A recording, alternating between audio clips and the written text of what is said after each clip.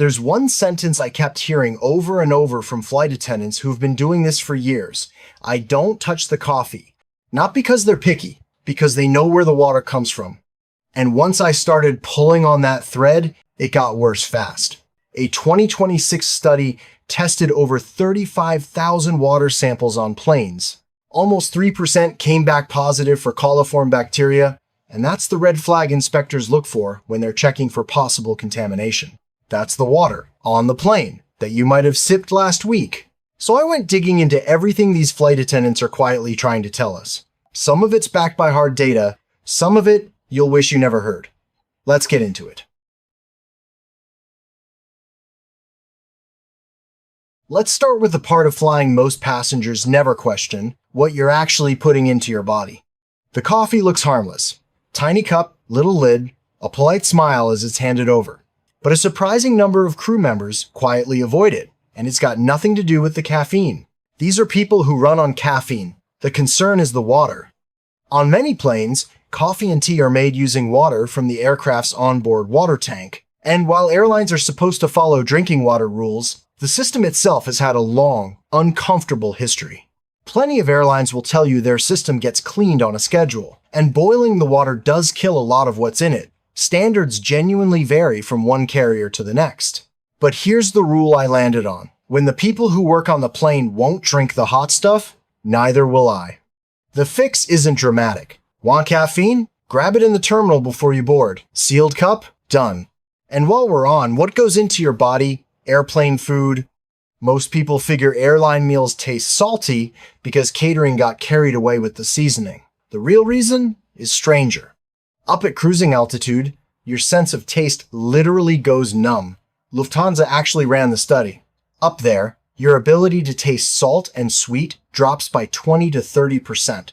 So airlines have a problem. Season the food normally and everyone calls it bland.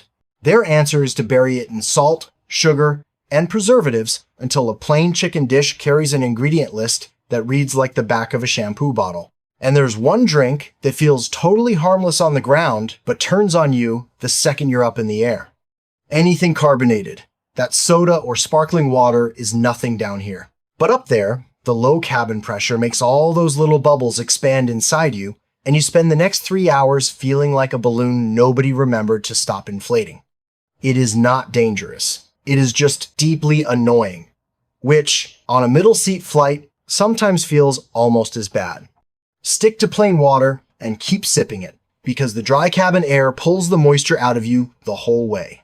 But honestly, what you drink isn't even the worst of it, starting with what the person sitting there before you may have done on your tray table. The dirtiest thing on the plane isn't the water or the food. It's the stuff you touch every few minutes without thinking. Starting with that tray table, it looks innocent. It's also the first thing a lot of crew members wipe down when they fly as regular passengers. Why? Because airplane cleaning's not the same thing every time. Park a plane overnight, and it might get a real scrub. But on a quick domestic turn, the crew sometimes has minutes, trash out, seatbelt straightened, the obvious stuff handled, and that's the cleaning.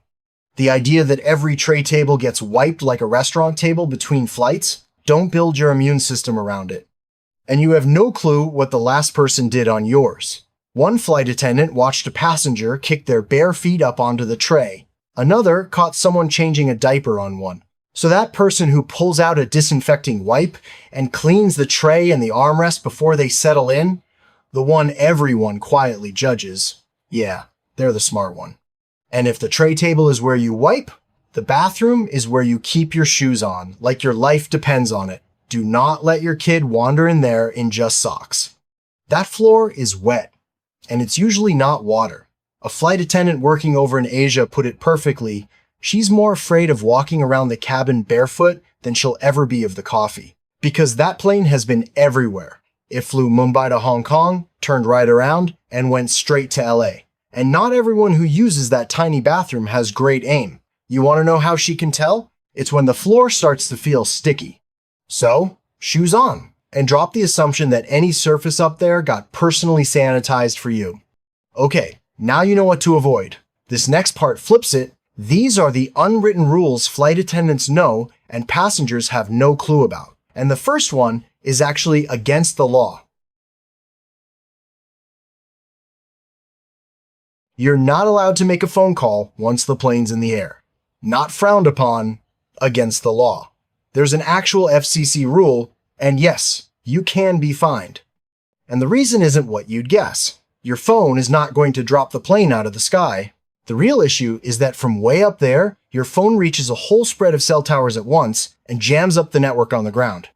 Back in 2070, the FCC actually thought about lifting the ban, then landed on something very human. Nobody wants to spend a 6-hour flight trapped next to someone loudly arguing with their ex at 30,000 feet. Here's the one that starts fights though, because passengers are sure they know the job better than the crew does. A flight attendant is not required to lift your bag into the overhead bin. Not required, not allowed. Big difference. No airline outright bans helping. But the unions warn against it, and the reason's real. Picture hoisting 200 bags a day, year after year, and what that grinds down in a body. And here's the part almost nobody knows. At most US airlines, flight attendants often aren't even on the clock until the cabin door shuts. There's even real legal murkiness about when they count as on duty for workers' comp purposes in that window. Which means when a flight attendant does swing your bag up into the bin, that's hospitality, not obligation. So the move is simple. If you can't get it over your own head, check it or ask the person next to you. Most people are glad to help if you're decent about it. Which brings up the one thing that actually moves the needle with crew. Kindness is its own currency. It won't get you an upgrade. That TikTok fantasy where a little gift bag floats you up to first class just isn't real. But one flight attendant put it perfectly. Just look me in the eye and say thanks, and I'm good for the whole shift. So take the headphones off when the cart comes by. Say please. It costs you nothing, and it genuinely changes how your next 10 hours go. And 2 fast ways to not be the passenger everyone silently resents. Don't camp in the aisle digging through your bag. Grab what you need at the gate so you can just sit down. And don't beeline for the lavatory the second you board. The one in the terminal you just left was bigger and cleaner anyway.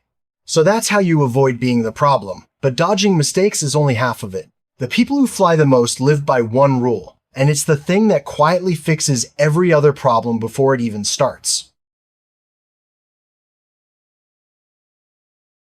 A flight attendant said one line that genuinely changed how I pack. Don't outsource your comfort to the airline. The people who fly constantly don't hope the flight goes smoothly. They assume something will go sideways, and they pack a plan B for it.